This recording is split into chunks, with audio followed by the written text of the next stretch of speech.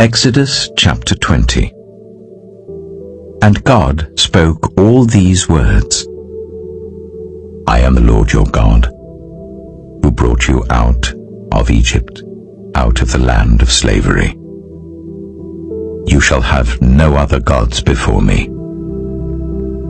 You shall not make for yourself an image in the form of anything in heaven above, or on the earth beneath, or in the waters below.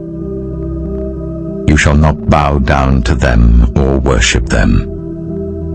For I, the Lord your God, am a jealous God, punishing the children for the sin of the parents to the third and fourth generation of those who hate me, but showing love to 1,000 generations of those who love me and keep my commandments. You shall not misuse the name of the Lord your God, for the Lord will not hold anyone guiltless who misuses his name. Remember the Sabbath day by keeping it holy. 6 days you shall labor and do all your work, but the seventh day is a Sabbath to the Lord your God. On it you shall not do any work, neither you, nor your son or daughter, nor your male or female servant, nor your animals, nor any foreigner residing in your towns.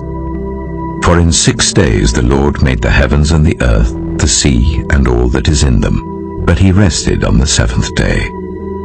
Therefore the Lord blessed the Sabbath day and made it holy.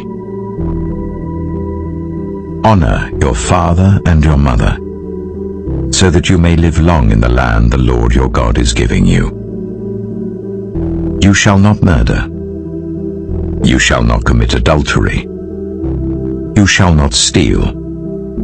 You shall not give false testimony against your neighbor. You shall not covet your neighbor's house. You shall not covet your neighbor's wife, or his male or female servant, his ox or donkey, or anything that belongs to your neighbor.